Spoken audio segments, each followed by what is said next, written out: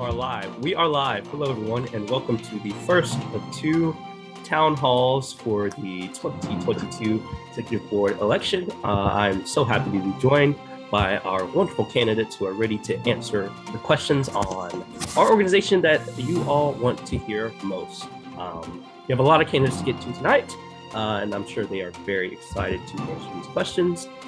So without further ado, let me explain the format actually. So during this town hall, we will have each position go one at a time. You'll hear from all the candidates in that position. So we have chair, vice chair, communications, program, and development. In the first round, those candidates will answer general questions that could be based on any position in the organization. It's more organization-wide questions or general. And in the second round, you'll hear them answer questions more specific to their position and maybe what they're going to do. So for example, a comms candidate might be answering a question about social media. That's a great example.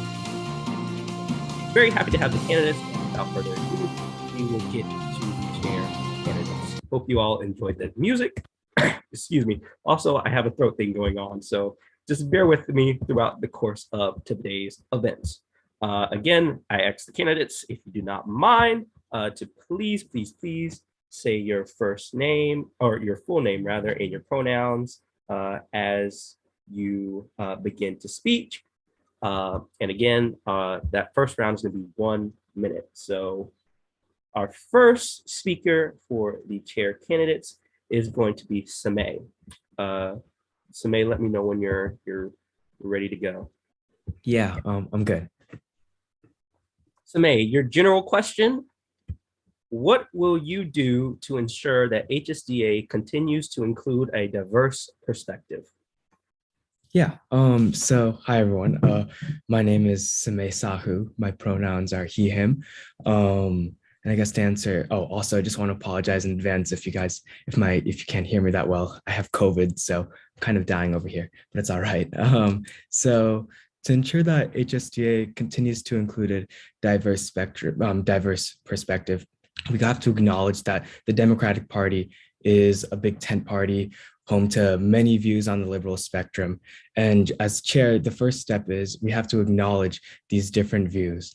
And we have to take input from all of our members. We have to listen to our leaders. We have to take in the input from members, not only just from predominantly popular areas in the organization like the Northeast, but we also have to look and listen to leaders in the South, listen to leaders in the West, and just take into consideration everyone's different ideologies and all the different leaders in this organization. So thank you. Thank you so much, Samay, for your first round answer.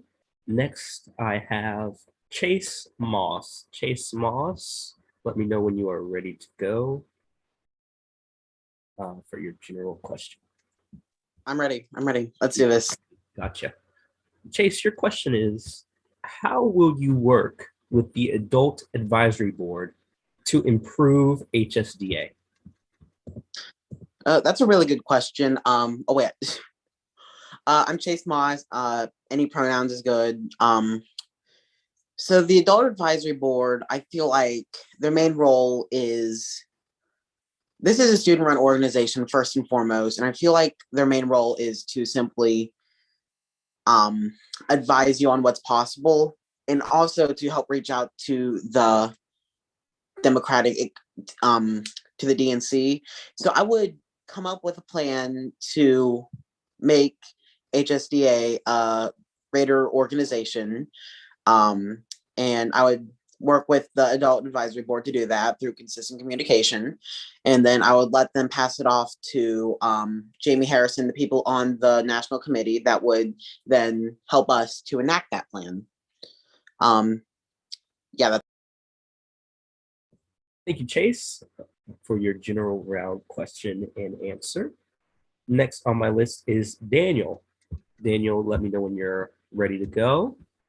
Hi there, I'm okay. Can you hear me? I can hear you. Okay. Daniel, your question is, what would be the first action you would take on your first day? Thank you so much for the question, Trent. My name is Daniel Hattie. I'm a junior in high school from Portland, Oregon, going into my senior year next year. I'm super dedicated to HSDA. I've been in here since I was a freshman. I've served at the local, state, and national level on NAT staff as your National Advocacy Director, Vice Chair of Oregon HSD, and I've also served as a leader on my local chapter. First day as National Chair of HSDA, I would make sure that we are committed to increasing transparency, because if people don't have a high internal, I guess you could say organizational efficacy in HSDA, then nothing's really going to get done. So we need to increase transparency by reducing barriers to accessing resources at the national level. That includes including public comments, as I outlined in my platform at the beginning of all e-board meetings. That includes creating red state guides on how to organize in those states, outlining legislation that we want to focus on, and other things like that. Thank you. Thank you so much, Daniel, for your general round answer. Next on my list is Luke. Luke, Hi there. You're ready to go? I am ready. Okay.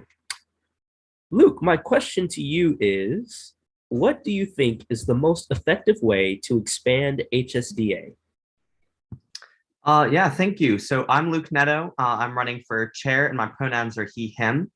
I think the way we expand this organization is by taking advantage of already existing structure and systems that have already been working to elect Democrats and move progressives throughout the country. There are so many progressive high schoolers who haven't joined high school Democrats because they don't know we exist, or they're not already looped into the framework that exists.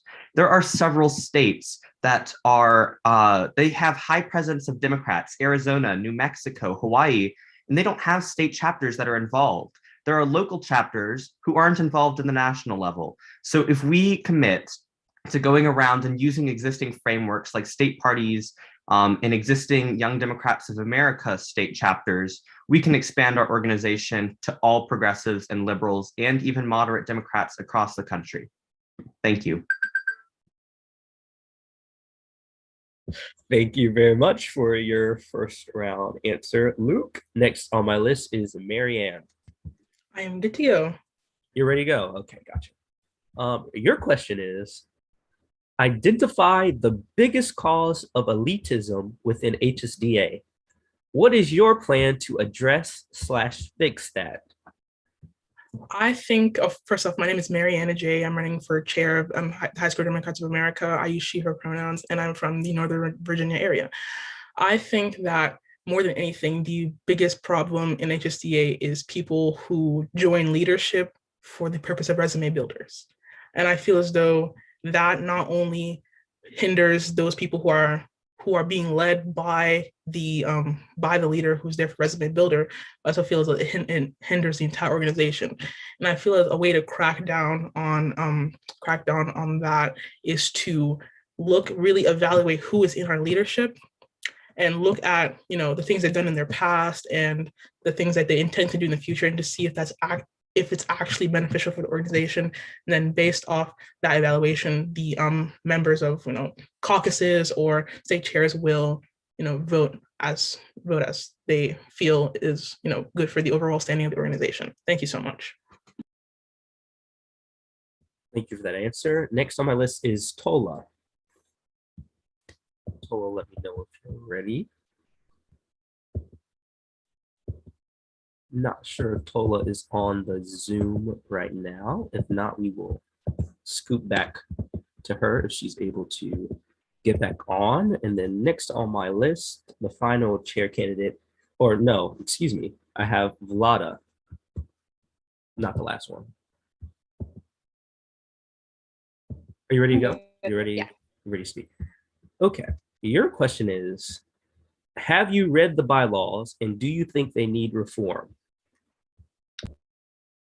When I was applying, so hi, I'm Vlada. I go by she, her pronouns. I'm currently the vice president of the Washington State High School Democrats and a member of the National Committee.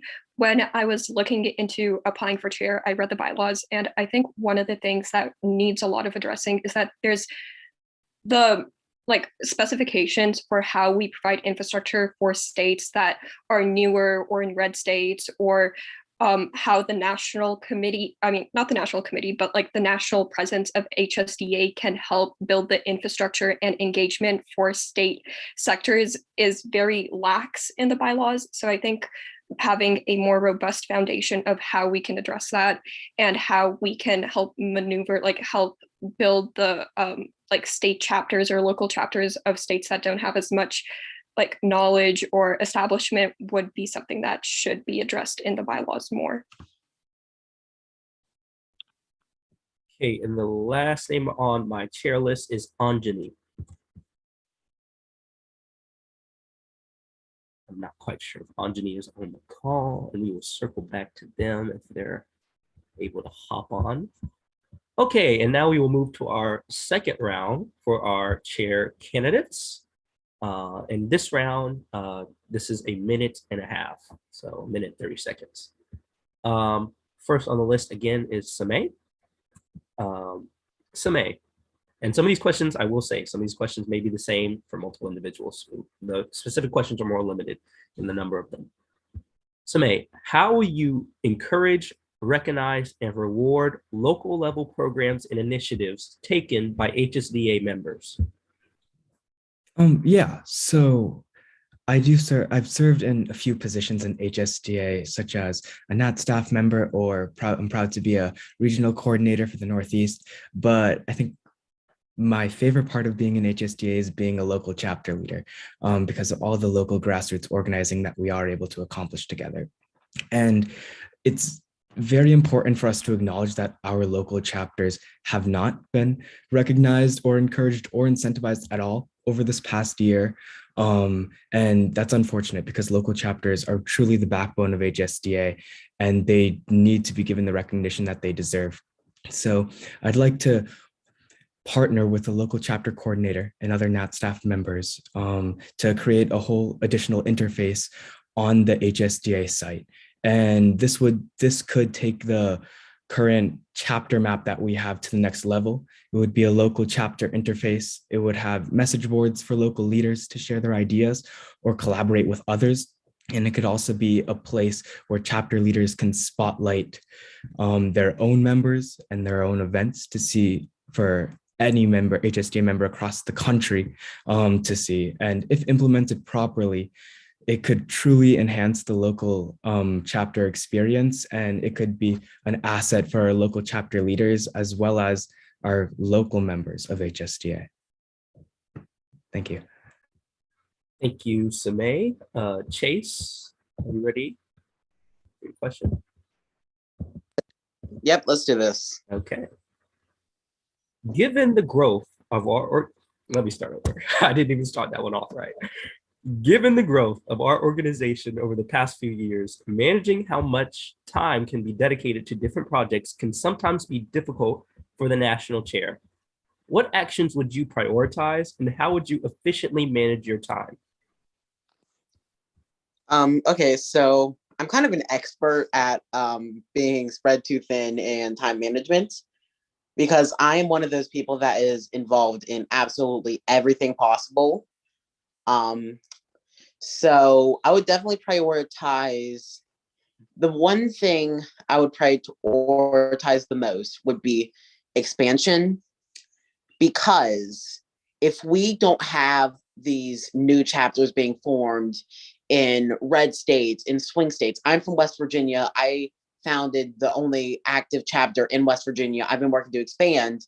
If we don't prioritize that, then HSDA will fail, because we cannot rely on New York, California, those solid blue states. We cannot rely on them to keep our organization running. So by prioritizing expansion, I would help keep HSDA a thriving organization for years to come. Is that the only part of the question, or was there another part? I'm sorry. What actions would you prioritize, and how would you efficiently manage your time? Well, I don't sleep a lot, so that's how I get everything done. So I just work until it's finished. Weekends, afternoons, during school. yeah, I don't really, it's not efficient, but it gets the job done. Thank you for that, Chase. And next is Daniel. Ready to go, Daniel? Yep. Okay. Being on the board involves having to make difficult, quick, and sometimes unpopular decisions. Whose opinions would you prioritize when making a major decision? Thanks so much for the question. I think always when we are talking about a big issue in our organization, it's important to prioritize the opinions of local chapter leaders and, if not that, state leaders. I talked a bit in my platform about the lack of resources that members of NAPCOM have. So specifically, these are the state caucus leaders, and the lack of transparency and availability of leaders within that staff. I think our local chapter leaders, they represent grassroots organizing that needs to be done on the local level if we actually want to enact change in communities. So involving them, bringing them more into the national organization is always going to be my number one priority. And perspective to expand upon that, there's just so many issues that HSDA could focus on that we're just not focusing on. As a member of the programs team at the national level this year, as the advocacy director, we made sure to bring local chapter leaders into this process of transforming HSDA from a civics to an activist organization. And we actually compiled lists of what people are passionate about, everything from issues from reproductive justice to canceling student debt to ending the filibuster.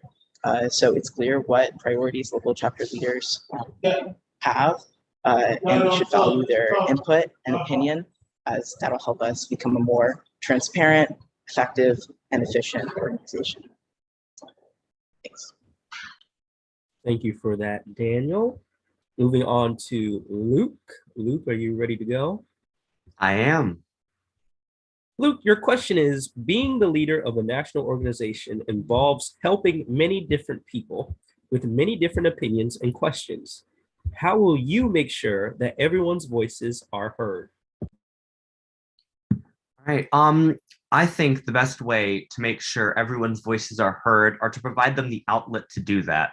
Giving someone an email and saying, figure it out yourself is not the right way to go about it. And neither is providing them with toolkits on a website.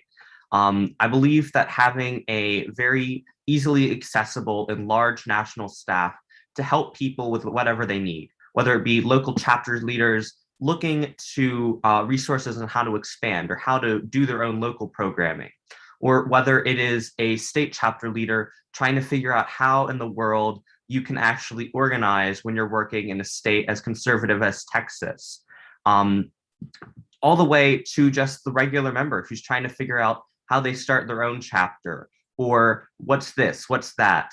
I think the best way to go about it is having a very large and easily accessible national staff, as well as lots of committees, in order to make sure that every single need can be met quickly and effectively without needless complications or overwhelming our national staff and e-board members. So by providing the outlet for them to do that, we're going to allow those questions and needs to be met easily and effectively. Thank you. Thank you, Luke. Next, we have Marianne. I am good to go. You're ready to go. Gotcha.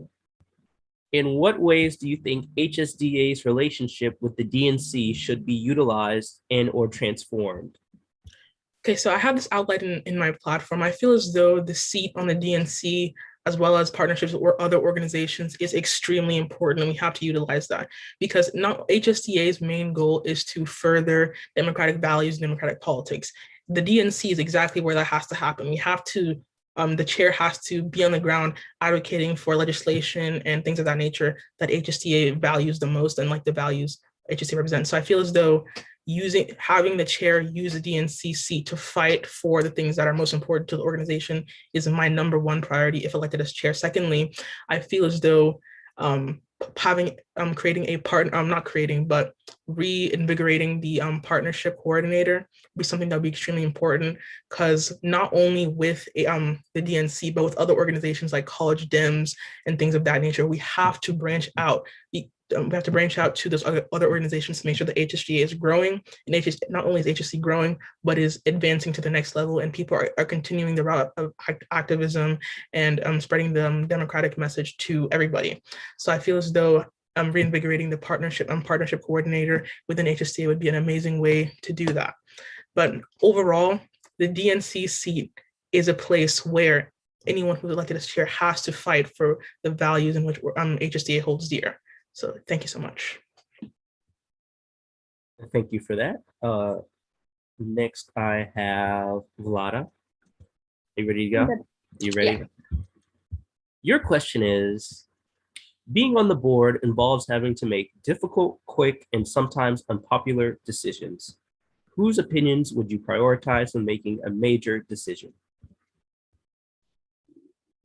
I think obviously when the chair makes a decision, they should also look at what would be most beneficial to members of HSDA who aren't as often heard in the decision-making process, like new states, red states, or caucuses that aren't as often heard on the national committee, etc. But if there's like an immediate decision that needs to be made, I think it makes most sense to consult with other members of the national staff and people whose organization is specifically to know about that. Like specifically, like the outreach director would be somebody whose expertise would probably be valuable if you're making a decision about something like outreach, and making sure that the people you're consulting are people that like know what is going on, and probably have a better understanding of what's happening because they're more involved in that, would be something that I think should be prioritized when making decisions at the national level. Thank you so much. And I believe that will conclude the chair section of our town hall tonight.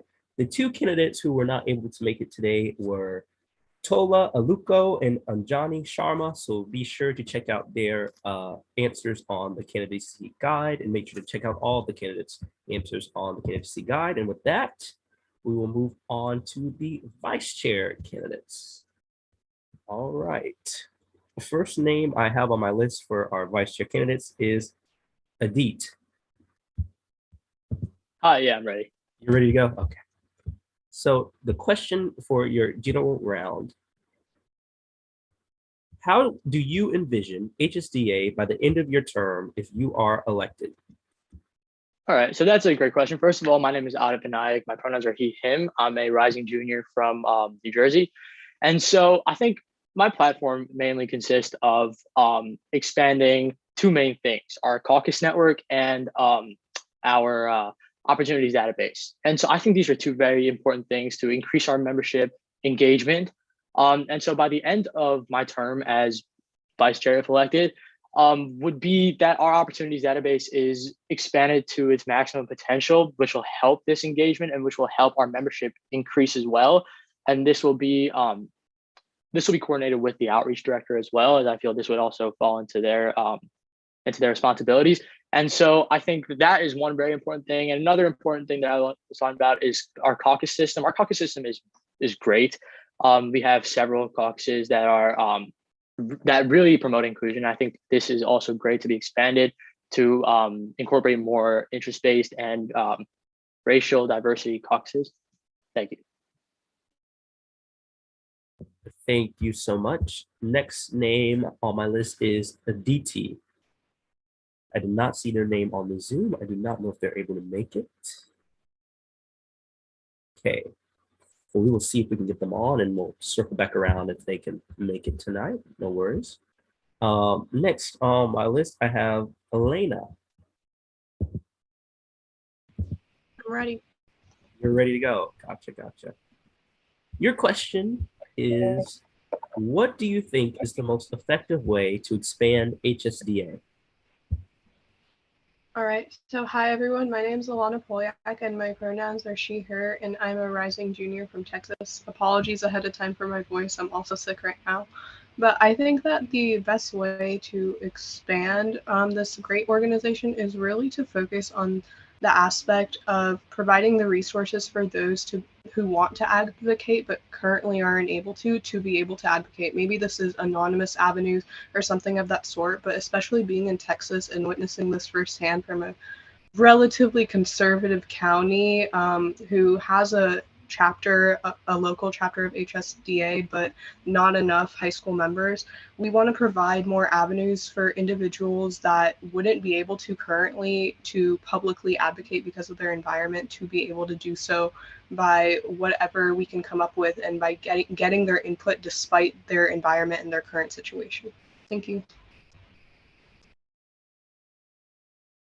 Muted. Thank you so much. Next name on my list is Anjali. I did not see them in the Zoom, so I did not know if they were able to make it tonight.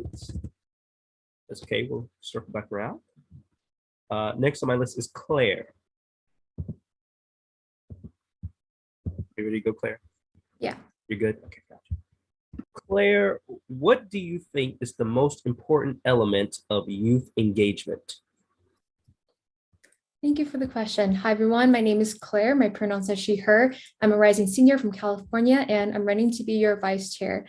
So I think the most important element about youth engagement is not only the consistency, but the energy that we need to have. For example, the midterms are coming up, and I really want to invest our energy in the beginning of my term into creating infrastructure where members will have a support system and be given all these opportunities to be engaged in campaigns, activism on all levels in their local communities, in their states, and on a national level. And I think that's something that HSDA has lacked in the past.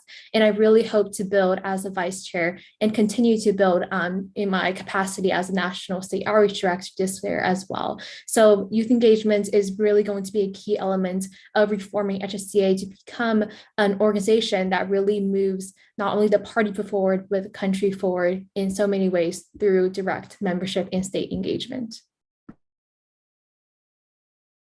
Thank you so much. Next name on my list is Disha. Ready to go? Anything good? Are you good? You ready?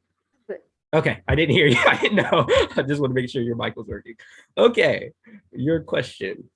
The national board has oftentimes been criticized for being out of touch with grassroots activist work. How will you change that? Hi, my name is Disha. I go by she, her pronouns, and I'm a rising senior from Georgia. So I have served as a vice chair of the Georgia chapter, and something that we did this year, which really made us the state board more in touch with local chapter leaders and members, was setting up one-to-one Zoom calls with our chapter leaders to find out what exactly they wanted from us as the board. We got feedback from them. We provided them with the resources that they needed, whether that was individualized toolkits or helping them set up events. And that, I feel, is how the national board is supposed to support our state chapter leaders, local chapter leaders, and caucuses. By meeting individually with the different facets of the organization, we can strengthen HSDA's infrastructure and help the national board be more in touch with its members. This will not only help boost turnout at caucus and chapter leader events, but it will also make the caucuses and state chapters more interconnected with one another, and it will improve communication between states and caucuses. Thank you so much. Next on my list is Folakimi.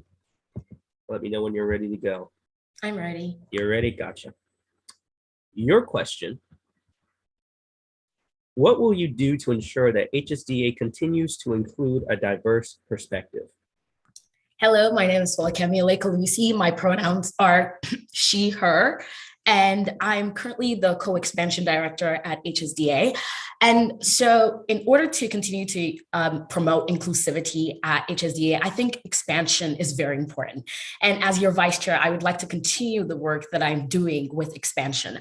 I think that to be inclusive, we must get more members from red states, rural areas, and socioeconomically disadvantaged areas. Those areas are with people who have diverging views from most people who already exist within the organization. So in order to truly get a diversity of opinion, we must make sure that our resources, our organization is accessible to them.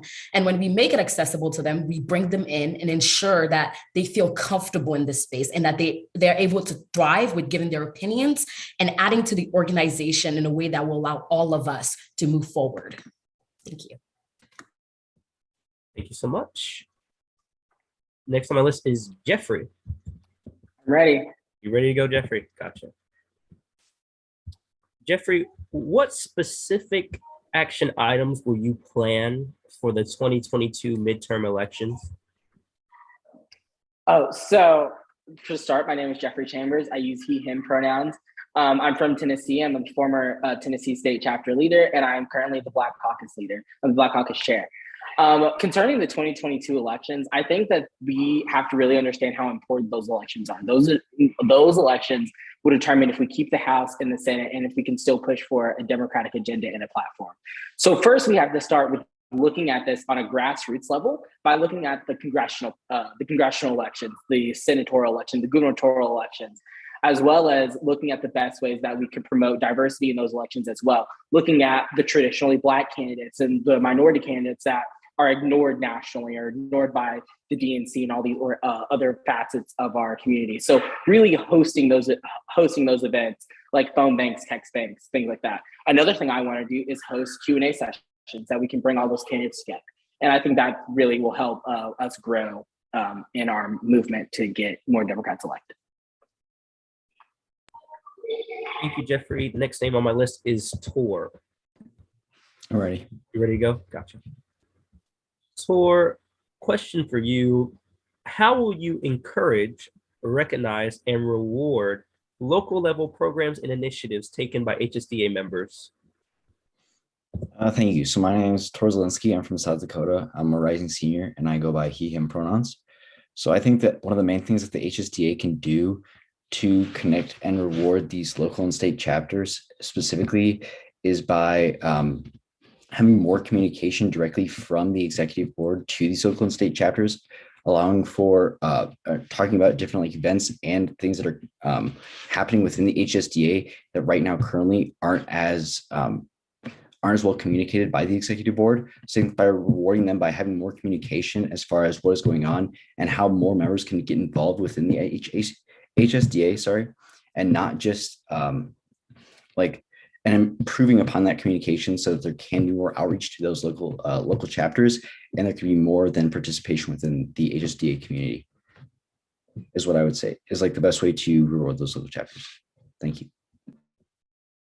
Thank you. And rounding out our vice chair candidates for the general round is Waylon. I'm ready. You ready? Gotcha. Waylon, your question. The national board has oftentimes been criticized for being out of touch with grassroots activist work. How will you change that? Yeah, hi there. My name's Waylon Menzie. I use he, him, his pronouns. I'm rising senior from Washington State. I'm currently the president of the Washington State chapter of the High School Democrats and the recently elected chair of the High School Caucus for the Young Democrats of America. I have definitely felt this in my state, the national board feeling out of touch from my state, from my local chapters, from the people actually trying to do the work on the ground. And I have reached out numerous times to try and get some support because it just feels like we don't have any. And I think the way we change that is what everyone else is saying. It's communication, but it's also transparency. And it's also actually following through on your words, because words only go so far. And we all know that. We all have experienced that in some way. And I think that as an organization, we are fundamentally exclusive rather than inclusive. And that has been my whole platform since I began this thing, is inclusivity over exclusivity. Thank you. Thank you so much. And that will conclude the general round for our vice chair candidates. We'll go back around and do the second round. 1 minute and 30 seconds on the clock for the candidates, please. And we will loop it back to Adit. Yeah, I'm ready. Ready to go? I got you. Your question, my friend, what reforms do you think are necessary for the National Committee? All right, thank you. That's a great question. So I remember I was talking about earlier about our opportunities database and our national caucuses. I think another really big thing that needs to be emphasized is our communication and our transparency. I think emails is definitely a great way, but activeness on social media, activeness on our website, all this is all something that's very important and needs to be expanded upon. We have a great foundation for that already, and we just need to keep working on that. So I think that's a very important thing that we need to do. Sorry, I have COVID, so there's some stuff going on. But another thing that's very important is also I loved how someone was talking about the anonymous outreach. So that is, I think, anonymous engagement is also something that's very important, as people need a way to say things without feeling pressured by others.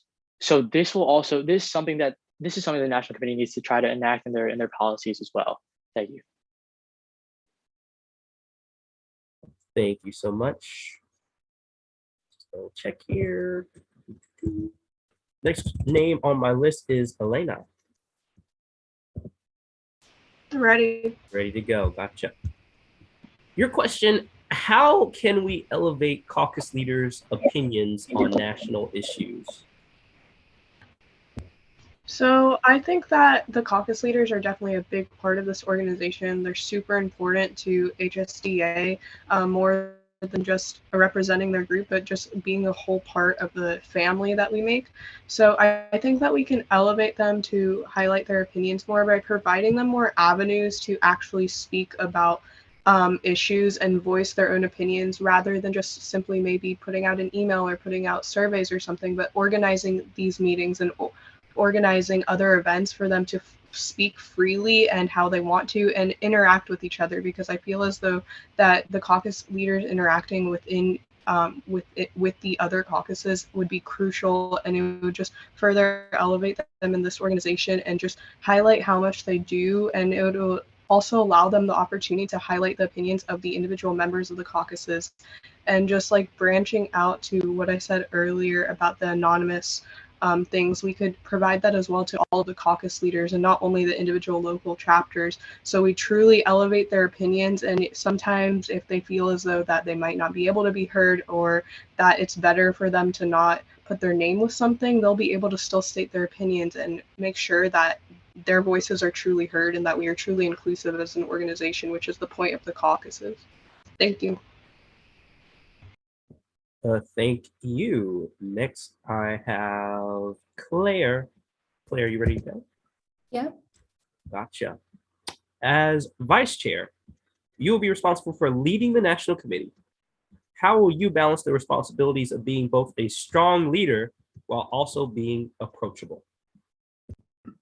Yeah, that is a great question. I've always working as the National State Outreach Director this year, I've also have encountered slight problem with this, whereas I would want to, fulfill my responsibility to the best of my abilities, working with different people on national staff, local chapters and all the state chapters, but also being an approachable person. So really what I try to do is to let my personality shine, because this job isn't just about doing the work. It's about working with other people. And that is such a huge part about HSDA and really about any organization when we want to achieve a common goal. And in this case, what the common goal really is to working together, increasing engagement, and really just reforming HSDA to become an organization that can support other young leaders into with all these opportunities into the political sphere. So what I would really like to say to that is that I can speak to every single national committee member on one-on-one at the beginning of the year, so we can establish a personal relationship and being able to be approachable, so that other people are not afraid of approaching me with any issues that they have, and that I will be able to direct them to the correct EBOR member or national staff member to solve that problem in a very efficient manner. And I think that's something that HSDA really need to do into the future in order to increase efficiency and in order to accomplish more with the potential that we have with our energy and our passion as the Young Democrats. Thank you so much. Next, I have Disha. Ready. Gotcha. Now, if you're watching at home, if you did not know this, HSDA actually has 2 vice chairs. So question to you is, how will you delegate work and collaborate with your co-vice chair? So one of the main responsibilities of the vice chair is to work closely with the national board, but also ensure that the other aspects of the organization, such as state chapters, caucuses, that everyone is communicating with each other, that the organization is running smoothly. And having 2 vice chairs actually really helps with this because each vice chair has their own strengths and weaknesses. For example, I come as a state and caucus leader, so I would use my experiences at the state and the national level representing certain groups and use that when making decisions as vice chair. My other vice chair, the co-vice chair, they would use their experiences, whether as a local chapter leader, a state chapter leader, the different experiences that they've encountered, whether that's in a rural area, red state, anything like that. And we'd split up the work in order to do what each of us is better at doing. In order to communicate with HSDA's expansive network of members, we would have to split it up so that each of us can effectively meet one-on-one with their chapters and caucuses to establish that personal connection and ensure that the different branches of the organization are receiving the information and resources that they need to succeed. The job of the 2 vice chairs is to represent the different voices of the organization, and that helps because one person cannot be making all of the decisions. One person cannot be communicating for the rest of the board members to the chair. Having another mind, communicating, relaying new ideas, that can really help improve the organization as a whole. Thank you so much. Next is Fola. Ready to go, Fola? Ready to go. Ready to go. Now, another fun fact for those viewers watching at home, HSDA has 2 seats on the DNC, and one of them gets to go to one of the vice chairs. And Fola, question to you, if you get to serve on the DNC, what strategy will you use to ensure HSDA gets the recognition it deserves? So for HSDA to get the recognition that we deserve on the DNC, I think that communication about what's going on with our organization is important. I think that when we get a lot of things done on our side, when we put in the work with our state leaders, our local leaders, when we put in the work with our NAT staff, when we put in the work generally on a national level, we'll be proud enough to go to the DNC and say, here's what we've done, here's what we've achieved. Can you highlight this on a national level? Because we're young people, we've done this, this, and this is the recognition that we deserve. I think that as long as we're proud of the work that we're doing here, so as long as I'm doing my job as vice chair and making sure that everyone is, working well, the work is streamlined, everyone has the resources that they need, we're doing our activism and we're doing it properly and proudly, we'll be able to go to the ANC and get the recognition that we deserve. We'll be able to push them through direct communication, support of the chair who will have the other seat, and even support from my other vice chair to essentially get the recognition that we will deserve if we put in the work. Thank you. Thank you so much. Jeffrey, you're next on my list. Jeffrey, as vice chair, you'll be responsible for leading the national committee. How will you balance the responsibilities of both being a strong leader while also being approachable?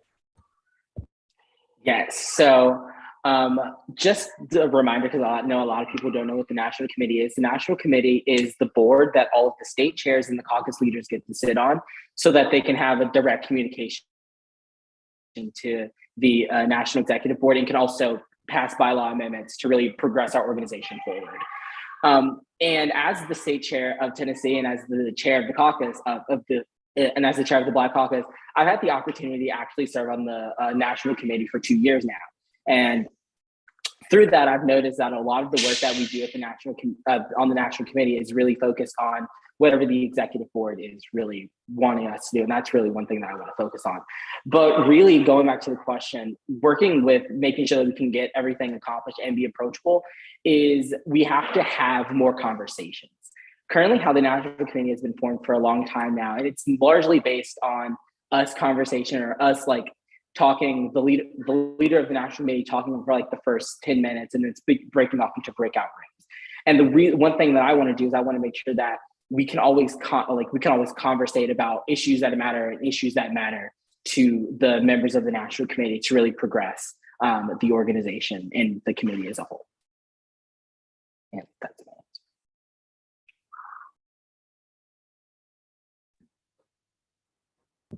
Thank you, Jeffrey. Next name on my list is Tor. I'm ready. Ready to go. Gotcha. Tor, if you get to serve on the DNC, what strategy will you use to ensure HSDA gets the recognition it deserves? All right, thank you. So I think that the first thing that I would like to do to make sure that the HSDA gets the recognition that we deserve is to show the DNC that specifically what different state and regional areas of the HSDA are doing to connect directly to the members, and what we are doing as like outreach for those issues and to connect directly to the DNC issues. So like as far as coming up with the midterm and issues that are coming to a figurehead, specifically there, like abortion rights, like reproductive rights, gun rights, specifically those issues. If we can have outreach that we connect with the DNC to and tell them about that outreach that we've been doing and those programs that we've connected with and different steps that we've taken to use our organization as something that can be more connected to the members, the state, the state and the regional members, and then also to have that outreach be something that is important to the DNC, but also get the recognition that the HSDA deserves for then connecting those ideas to those to the members and those upcoming high school Democrats that are just getting involved in politics. I talked in my specifically what I want to do is to connect more of those new members to the newer ideals. So having those upcoming Democrats, being connected with the HSDA and then connecting them with the ideals of the DNC, I think can be something that can be really powerful and can get the recognition that the HSD deserves by connecting those directly. Thank you. Thank you. And rounding out the vice chair section is Waylon. You ready? Ready to go. Gotcha. Your question, what reforms do you think are necessary for the National Committee? Awesome. Thank you so much. I think our national committee has a long ways to go before it's what we actually need to accomplish our mission as an organization. Currently, it is comprised of quite a few individuals from around the country, but not enough individuals, because in my experience throughout my time with the Young Democrats of America, I've heard from a lot of people who are high schoolers who have felt completely excluded from the High School Democrats of America. And that's why they've chosen to stay with the Young Democrats of America instead of working our two organizations together and having this relationship where we can idea share off each other and actually do the work for the people. So with that said, I would like for us to have more direct outreach to these disenfranchised states so that, you know, our ideas aren't just stemming from California, New York, the biggest states that have, you know, supported HSDA thus far. I think our national committee also needs to branch out more and reach out to more organizations. We need to have more direct contact with organizations like the Young Democrats of America, the College Democrats of America, the National Democrats, and then those respective chapters in each state, so that we actually have an organization that is set up to thrive. We have an organization that is set up to be more than just us. It is about sustainability and it's about inclusion. Thank you. Thank you very much. And that will round out the candidates for vice chair. The two individuals that I have on my list that were unable to make it tonight were Aditi and Anjali. So I would very much, watching at home, encourage you to go check them out in the candidates guide and make sure to check out all of the candidates out in the candidates guide. Thank you for the vice chair candidates. Okay, we're moving on to the comms candidates. Comms candidates, here we are. My timekeeper is having technical issues, unfortunately. Can you hear now? Are you good? I don't know. I'm back. Okay. I got you. I'm scared. Okay, continue. Okay, thank you. Moving on to comms. Okay. First name for the columns. Let's go to the general questions for comms. I have Denaya.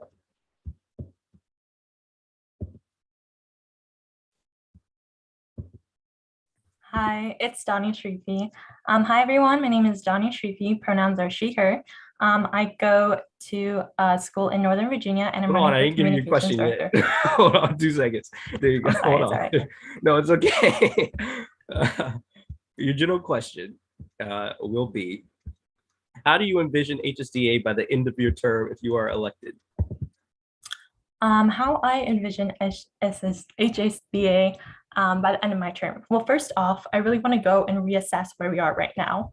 I know a lot of you have noticed how HSDA has really decreased its activeness in the past year, and I really want to reassess where that deactiveness really stems from, and then go and reach out to those state chapters, those local chapters, the state leaders, and then assess what is the main root of the problem. Is it lack of communication? And if it is a lack of communication, I want to see how we can really centralize that communication and bridge the make it more transparent for the individuals to be able to contact us and increase the activeness. What are the issues? And then go forward to centralize outreach and grow each chapter. And how did you pronounce your name? One word. I just want to make sure I get it right. Oh yeah, Danya Shrivi. It's like Tanya, but with a D. Oh, okay, gotcha. The next on my list is Sanjna. I don't know if they're able to make it. I didn't see them on the Zoom. So we will scoot on past that. And we will go to Sahali.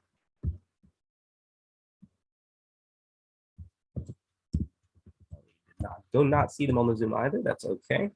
We will go to Tanmay. And I do not know if they're on the Zoom either. So we're scooting right on back to you for your specific question. Your specific question. In the past year, HSDA has expanded to almost 12,000 members. We currently have around 5,000 followers on Instagram, 3,500 on Twitter, and 1,000 on TikTok. How can we lessen the gap between our membership and following? So that is a big part of what being communication director is. It's not only sending out emails and newsletters to keep those members updated, it's also to expand and make sure that the communication can really be bridged between those members and toward our social media. You know, our social media is a great way that we get all information out to those individuals. I think really bringing in those local chapter members and leaders, maybe doing something that can shift their gear towards social media, like doing chapter spotlights, like, oh, this chapter from this state is doing this, highlighting them and then bringing that attention to that social media channel. I think TikTok is a great way to do that, you know, having takeovers or having individuals submit little clips that we can put together and really just emphasize our social media presence, along with through those emails. We can make sure to really emphasize following our Instagram and doing like challenges. If we do some sort of challenge, and then we can get the individual members onto our social media platforms being like, oh, we're running this challenge for this month. Why don't you head to our Instagram? And then they'll check out our Instagram or they'll check out our Twitter. And then that can really improve engagement amongst each member. Thank you. And thank you so much. And I believe that will round out our columns section. Unfortunately, our friends Sanjna, Sahali, and Tanmay were not able to make it tonight. I encourage you to check them out in the Candidates Guide, and make sure to check out all of our candidates in the Candidates Guide. And thank you so much. Moving on right along to programs, all of our programs people. And we're going to start off hot with Arwen. Hi, I'm ready. You ready? Gotcha. Okay. Your question. What specific action items will you plan for the 2022 midterm elections? Okay, so just to start off, my name is Arwen Revere. Obviously, I'm running for programs director, and I use she, her pronouns, and I am a rising junior from Oahu, Hawaii. One program, I guess, partnership that I would really like to create is between obviously HSDA and Postcards to Swing States, which is basically an organization where, just like the name suggests, you write postcards to Democratic voters in swing states, encouraging them to get out to the polls and cast a vote. I think that this is such a great activity to do because you can do it really easily in each chapter. You can get them through the mail, and we could use funds to even pay for some of the postal supplies if certain chapters need it. And I think it would be a great way for people to bond, but also get Democratic voters in swing states out to the polls and bring some attention to those swing state chapters. Thank you. Thank you so much. Next question will go to Hyder. All right, hi, can you hear me? Yeah, I can hear you. All right, great. Your general question. What do you think is the most effective way to expand HSDA? Okay, so first I wanted to introduce myself. My name is Heather Zedi, or Heather Zedi if you're able to pronounce that. I'm a rising senior from Plano, Texas, and I'm not sure if anyone else is here from Texas, but yeah, I'm also a current chair for my local chapter. I was co-chair for our previous school year. And a fun fact is just that in our previous year, I believe we were one of the biggest local chapters in Texas. Anyways, I believe your question was the most effective way for programs, correct?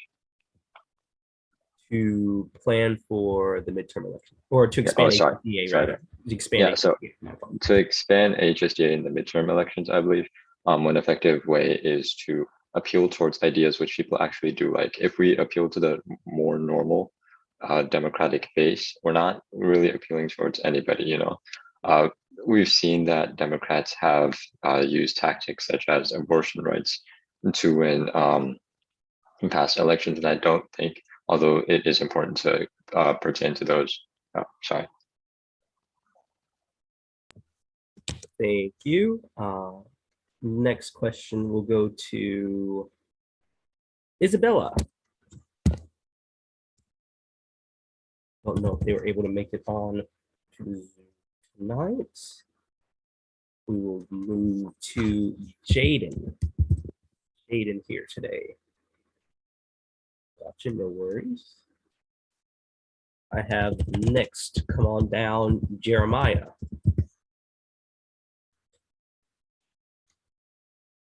Jeremiah's here, make it. And rounding out the program's candidates tonight will be Rebecca. Hi, okay, already. You ready to go? Yeah. Your question, what will you do to ensure that HSDA continues to include a diverse perspective? Okay, great. So hi, everyone. I'm Rebecca Plosky. Just a short introduction. I'm Rebecca Plosky, she, her pronouns. I'm a rising senior from New Rochelle, New York. And for the past year, I have been the chair of the Jewish caucus, and I also hold leadership positions within my local chapter. So for HSDA, oh my God, sorry. HSDA needs to value diverse opinions and have a diverse population of members. One way I think that is really important to do this and reach out this goal is to expand and promote the role of caucuses. As a caucus leader myself, I know how important caucuses is. Caucuses are in HSDA. They give a voice to members that of underrepresented groups, and they also give excellent representation. But HSDA really needs to platform their local chapter. I'm sorry, I cannot speak. HSDA really needs to platform caucus leaders and work with them to promote diverse ideals and diverse perspectives. And one way they can do that is by, Thank you, Rebecca. Appreciate it. Moving on to our specific questions. We're circling back to Arwen. Let me know when you're ready to go. I'm ready to go. Okay. Your question. Oftentimes, there is low turnout for national events and trainings. How will you improve this? Okay, so I think that one way we can really improve this is through social media, both gaining a bigger social media following on platforms like Instagram and TikTok, and advertising our things there once we're able to grow that following. I also think that sometimes using emails isn't really the best way to do it just because a lot of people don't check their emails. So I think that we need to be creative and encourage chapter leaders and caucus leaders to share events with their individual groups, just because usually people will pay more attention to an email or a text message or something from someone that they know more personally rather than the national board. so yeah, I think that just getting people to attend national events, I think that there should also be more of a hook to these things, like, oh, if you come, you might be able to win a free t-shirt or something like that, just to get people involved. And then once people are involved, they're going to keep coming back once they realize how incredible all of our events are. So yes, thank you. Thank you. Circling back to Hyder. Ready to go? Yeah. Gotcha. Your question, how would you ensure that all members of HSDA have the opportunity to be active in our organization throughout the year and in the loop about all events, not just state and national leaders? So I think that's a really great question. One thing I noticed over the past year was a lot of my friends who weren't as prevalent in HSDA, they're simply members of our local chapters, weren't as in touch with the events happening and they weren't as included, right? So I think one important thing is to create more events geared towards those at a local and state level, right? So as you said, as I believe one of the candidates said before, increasing national turnout is a really important thing, but increasing turnout in general is extremely vital on all levels. So I think by prioritizing events geared towards those in a smaller scale setting, we can effectively achieve that goal. Thank you. And rounding out our program's candidates for the evening, Rebecca. Ready to go? Ready? Yes. Gotcha. Okay. Do you have a strategy for hosting bigger and better national events? Okay, great question. Okay, I have so many amazing plans for this upcoming school year. If I were to be elected for HSDA programs director. So one strategy I would have to host bigger and better national events is to reach out to speakers who are also well known outside of the political world that aren't necessarily just members of Congress or members of state and government organizations. So like reaching out to TV hosts or elections analysts or people who are activists in general. I think reaching out to just having perspectives outside of just the general political candidate and the general politician, I think that's one way to turn out and to host bigger and better events. I also think hosting bigger and better events, you can, sorry, I am not the best public speaker in the world, but one way to also host bigger and better events is by just making sure everyone obviously is aware of things that are happening, and which we can do through lots of communication. I would work really well with the communications director to ensure all messages and all events are properly organized, advertised within HSDA through email blasts, Instagrams, and everything of that sort. And oh my God. And yeah, also I think hosting events necessarily, not just hosting events just with, so I don't know, sorry, okay, bad public speaker. This is not the best for me. Bye, thank you. Also, thank you. Thank you so much. And that will round out our program section. Thank you to all the program's candidates. And moving on to development to end us out tonight. First name on my list is CC. Hi. Hello, are you ready to go? Yes. Your question. The National Board has oftentimes been criticized for being out of touch with grassroots activist work. How will you change that? Yeah, okay, so first off, my name is Cece McLarty. I use she, her pronouns. I'm 17 years old. I'm going to be a rising senior this year, and I'm from the great state of Ohio. And to address that question, I think it's obviously a really good question. I feel like from my perspective, especially, I feel like our grassroots organizations in HSDA are really like the backbone of our organization, and they really need to be recognized. And I feel like when we have those grassroots organizations like really driving home our agenda and like promoting like political efficacy and more opportunities for like our young Democrats to like become more involved, I feel like they need to be obviously communicating with the national board, and then we need to make sure that they are being incentivized and then being celebrated on our social media accounts, and then also on our databases that we have on the website. Thank you. Thank you. And I do not believe I saw Fallon in the Zoom. So we will skip on ahead to Matan. Hi. Hello, are you ready to go, bud? Yes. Okay. Your question, what do you think is the most important element of a youth engagement? So to start off, hi, my name is Matan Josephy. I use he, him pronouns, and I'm a rising senior from Massachusetts. I think when it comes to youth engagement, the most important element is definitely passion. And that's something that HSDA can do a lot to really foster, right? Youth do best in supporting things that they actually believe in and actively help them, right? That can be climate change, gun violence, education, or just things that are actively relevant to youth issues and the youth are actually passionate about. And the role that HSDA can play in fostering that kind of passion is really important. And I think it's something that we need to talk about, right?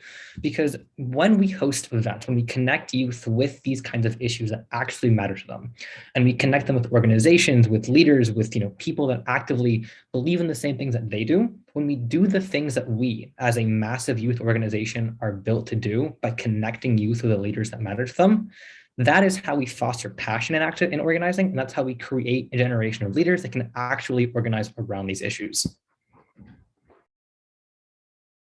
Thank you, thank you. Circling back to CC, and we will go to our development question too. Okay, your question. Fundraising for our annual summit can be a large and difficult task. What ideas or strategies do you have for fundraising? Okay, so I've actually thought a lot about this with fundraising. I feel like obviously, I know we don't like to talk about it, but money drives our society, especially in America. We need obviously our money to go through like our fundraising events, fund our grassroots organizations. And I feel like through fundraising, especially at the national level, it can be really difficult. And I feel like number one, delegating to our chapters to help out would be one thing that we would have to do. Number two, that would include communication. And that's also in my platform. I feel like we really need to improve this opportunities database. So if anyone wants to help out with fundraising as well. And then specifically with fundraising for our organization, I feel like we need to include more online links to donate. I know there's like, you can like donate on Amazon money, or like you can make fundraisers and apps that you can make as well to really fundraise for our organization. And then especially because it's like such an annual fund and it's a big task, one person obviously can't do it. And I feel like with the communication, we need accountability, accessibility to all people to be able to include and be inclusive in that. And then obviously, I know some people can't contribute like physical money. They should be able to contribute their time, their effort, helping with our organization. And then the last thing is responsibility. So we need to make sure that all of our leaders are being accountable and raising the correct funds. Thank you. Thank you. And our last question of the night to Matan. Are you ready for it? Ready to go? I am. Gotcha. Your question.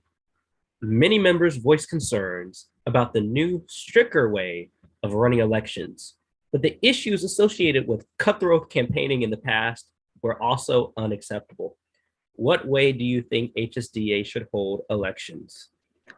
All right, so last question of the night, then we can go home. But this is a really important issue, especially as we're in the middle of an election that's being run by our development director, Sanvi. And when it comes to elections, I think that we need to really focus on one hand, fostering a creative, cooperative environment that allows people's platforms to shine as opposed to cutthroat campaigning. But we also need to allow candidates to actually differentiate themselves and actually talk to voters in a way that is accessible, but is also spreading their message, right? Going beyond just the core cohort of people who really follow HSDA and allowing candidates to be accessible to every single chapter, no matter how in touch they are, right? And that's a really interesting balance. And I think that the way to do that is just to be transparent, right? Is to be on one hand, be really clear about the fact that we have strict rules, strict guidelines, and a really, creative and cooperative way to run a campaign that, discourages being negative. But it also means running a campaign that allows candidates to reach out to chapters and allows HSDA to, work with candidates to reach out to chapters that may not be as involved in the election process. Whether that means expanding mailing lists, beginning the campaign earlier, or just timing it around school so that people can be as engaged as possible. Because when we have the most people watching, the most people engaged, we can allow candidates to really shine with their platforms, their ideas, and the issues that matter to them. Thank you so much. And I believe the candidate that was not able to make it tonight was Fallon. So be sure to check out their spot in the candidacy guide and to check out all of our candidate spots in the candidacy guide. That's going to do it for me and all of the crew here at HSDA. Thank you to all the candidates for joining us tonight. It was certainly a wonderful debate, or not debate, rather town hall. Everybody stayed on time. Everybody was great. It was absolutely brilliant. Excuse me. We have another one of these. So stay tuned to our social media for more information on our second town hall. We hope to see you all there. On behalf of myself, Lena, the National Board, candidates, all of you watching at home, a very great time.